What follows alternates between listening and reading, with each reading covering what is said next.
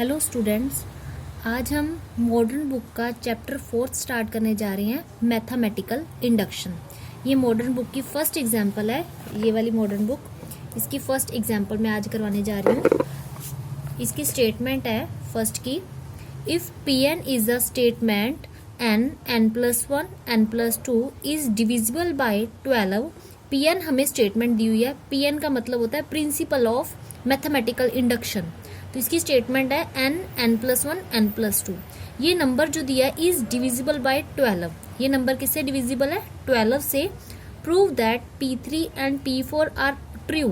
हमने प्रूव करना है P और 3 और P4 के लिए भी ट्रू है, यानी P3 और P4 भी डिविजिबल होते हैं 12 से, ये हमने प्रूव करना है। But P5 is not true. P5 is not true है। सोल्यूशन है Pn हमें गिवन है, क्या गिवन है? n+1 n+2। ब्रैकेट में जो n है, यानी ये n वाली टर्म है, इसलिए ब्रैकेट में n लिखा हुआ है। P का मतलब है प्रिंसिपल ऑफ n टर्म का गिवन है n+1 n+2। और उन्होंने कहा हुआ गिवन है कि ये नंबर किससे डिविजिबल है? Is divisible by 12। ये कहा हुआ है कि Pn जो है, जो गिवन है, इज डिविजिबल बाय 12, कि ये Pn क्या है? डिविजिबल है 12 से। अब हमने चेक करना है, किसके लिए प्रूव करना है? P3 एंड P4 के लिए, यानी कि n की जगह हम क्या रखेंगे? 3, और एक n की जगह हम क्या रखेंगे? 4। सबसे पहले put n is equal to 3। n की जगह हमने 3 पुट करना है, तो P ऑफ n की जगह 3 रखने लगी हूँ। P ऑफ 3, n की जगह 3 पुट किया, 3 + 1 3 + 2 कितना आ जाएगा सॉल्व होके? Is equal to 3 + 1 4 3 + 2 5। मल्टीप्लाई किया इसको, 4 3 का 12 12 5 का 60 आ गया। अब जो ये नंबर आया है, ये हमने चेक करना है कि ये डिविजिबल है 12 से, यानी 12 के टेबल में 60 आता है। तो 12 के टेबल में 60 आता है, तो 60 is divisible by 12। Divisible by 12। तो हमने ये नंबर जो देखना था, प्रूव करना है कि P3 के लिए ट्रू है, यानी P3 का जो आंसर आता है वो 12 के टेबल में आता है। तो P3 का आंसर क्या है? 60 या 12 के टेबल में आता है, 12 5 का 60, तो लिखेंगे हम 60 इज डिविजिबल बाय 12। अब हम चेक करते हैं नेक्स्ट स्टेटमेंट में। पहले P3 के लिए चेक किया, अब हम चेक करते हैं P4 के लिए, यानी n की जगह हम क्या पुट करेंगे? 4। n की जगह हम 4 पुट करेंगे। Put n is equal to 4। किस में पुट करना है? Pn में। तो P ऑफ n की जगह 4, P ऑफ 4 कितना आ जाएगा? 4, n की जगह 4 + 1 4 + 2। ये सॉल्व होके कितना आ जाएगा? 4 + 1 5 4 + 2 6। ये आ जाएगा 6 5 का 30 34 का 120। ये आ गया 120। अब जो ये नंबर है, ये 12 के टेबल में आता है। 12 को 120 से हम डिवाइड करेंगे तो ये डिविजिबल हो जाता है 120। तो ये डिविजिबल हो जाएगा, तो इट इज, क्योंकि 120 है, इट इज डिविजिबल बाय 12। ये 12 के टेबल में डिवाइड हो जाता है, तो इट इज डिविजिबल बाय 12। तो P4 के लिए भी ट्रू है, P3 के लिए भी ट्रू है। तो पहले उन्होंने कहा था कि prove that P3 and P4 are true, कि इन दोनों के लिए ट्रू है। तो लिखेंगे which is true for P3 and P4, which is true for P3 and P4। अब हम चेक करते हैं P5 के लिए। तो उन्होंने कहा है but P5 is not true, यानी n को हम 5 पुट करेंगे। Put n is equal to 5। तो यहाँ पुट करते हैं n की जगह 5, क्या आ जाएगा? P5 क्या स्टेटमेंट है? n+1 n+2। n की जगह 5 रखेंगे, 5 + 1 5 + 2 क्या आ जाएगा? 5 + 1 6 5 + 2 7। अब इसको हम मल्टीप्लाई करेंगे, 6 5 का 30 37 का 210। P5 आ गया 210।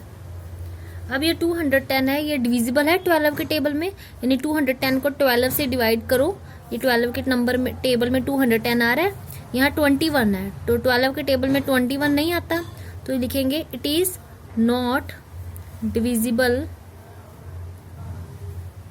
बाय 12।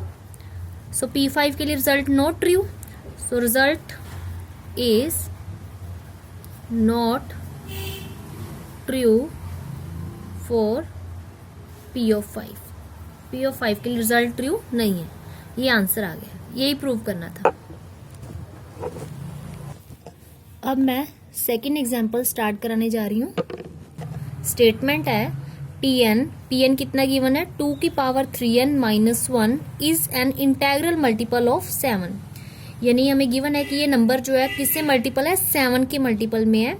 प्रूव करना है, प्रूव क्या करना है, P1 P2 and P3 are true, कि इन तीनों के लिए ट्रू है, P1 P2 एंड P3। यानी P1 के लिए चेक करेंगे, जो आंसर आएगा वो इंटेग्रल मल्टीपल ऑफ 7 है, फिर P2 के लिए इंटेग्रल मल्टीपल ऑफ 7 चेक करेंगे, फिर P3 के लिए। अगर तीनों के लिए है तो प्रूव हो जाएगा कि ये तीनों क्या है, ट्रू है।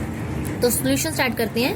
हमें Pn गिवन है, Pn कितना है, 2 की power 3n minus 1 is an integral multiple of 7, integral multiple of 7। अब हम P1 के लिए चेक करेंगे, n को हम 1 पुट करेंगे, put n is equal to 1। तो P1 के लिए P ऑफ 1, तो P ऑफ 1 कितना आएगा, 2 की पावर n की जगह हमने 1 रखना है, 3 into 1 minus 1 is equal to 2 की पावर 3 माइनस 1। 2 की पावर 3 कितना होता है, 8 माइनस 1 इज इक्वल टू 7। अब जो ये 7 आंसर आया है, ये इंटेग्रल मल्टीपल ऑफ 7 है, यानी 7 के टेबल में 7 आता है, तो 7 के टेबल में 7 आता है, 7 1 का 7, तो 7 जो है is an integral multiple of 7। यानी 7 को 1 से मल्टीप्लाई करने पे हमारा आंसर कितना आता है, 7। तो 7 के टेबल, ये 7 जो है, ये 7 के टेबल में 7 तो आता ही है, तो ये नंबर जो है इंटेग्रल मल्टीपल ऑफ 7 है, यानी P1 के लिए रिजल्ट ट्रू है। अब हम P2 के लिए चेक करते हैं, n को 2 पुट करेंगे, put n is equal to 2, P of 2, 2 की पावर 3 मल्टीप्लाई 2 माइनस 1, यानी की जगह 2 रखा, 2 की पावर 6 माइनस 1, 2 की पावर 6 सॉल्व करते कितना होता है, यानी 2 को 6 टाइम्स मल्टीप्लाई करेंगे, सॉल्व करके आएगा 64 माइनस 1 इज इक्वल टू 63।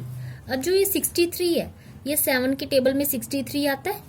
अगर 7 के टेबल में 63 आता है तो which is an integral multiple of 7, तो 7 9 का 63 होता है, तो लिखेंगे जो 63 है is an integral multiple of 7। So P2 के लिए भी रिजल्ट ट्रू है। अब P3 के लिए चेक करते हैं, n को हम 3 पुट करेंगे, put n is equal to 3। तो P ऑफ 3 के लिए चेक करते हैं, n की जगह हम 3 रखेंगे, 2 इंटू 3 की पावर 3, n ऊपर है तो ऊपर रखेंगे, 3 को n की जगह 3 रखेंगे, 3 को 3 से मल्टीप्लाई करेंगे, माइनस 1, 3 को 3 से मल्टीप्लाई किया, 9 माइनस 1, 2 की पावर 9, यानी 2 को 9 टाइम्स मल्टीप्लाई करेंगे तो आएगा 512 माइनस 1, ये आ गया 511। अब ये नंबर देखेंगे कि ये 7 के टेबल में आता है, इस 511 को 7 से डिवाइड करके देखते हैं। 511 को 7 से डिवाइड किया, 7 7 का 49, 2 बचेगा, ऊपर 1, 7 3 का 21, यानी 511 रिमाइंडर 0 आ गया, यानी 511 7 के टेबल में डिवाइड हो रहा है, यानी 7 का मल्टीपल है ये, तो 511 is an integral multiple of 7, integral multiple of 7। सो तीनों के लिए रिजल्ट ट्रू हो गया, सो लिखेंगे hence P1 P2 and P3 are true। ये आंसर आ गया।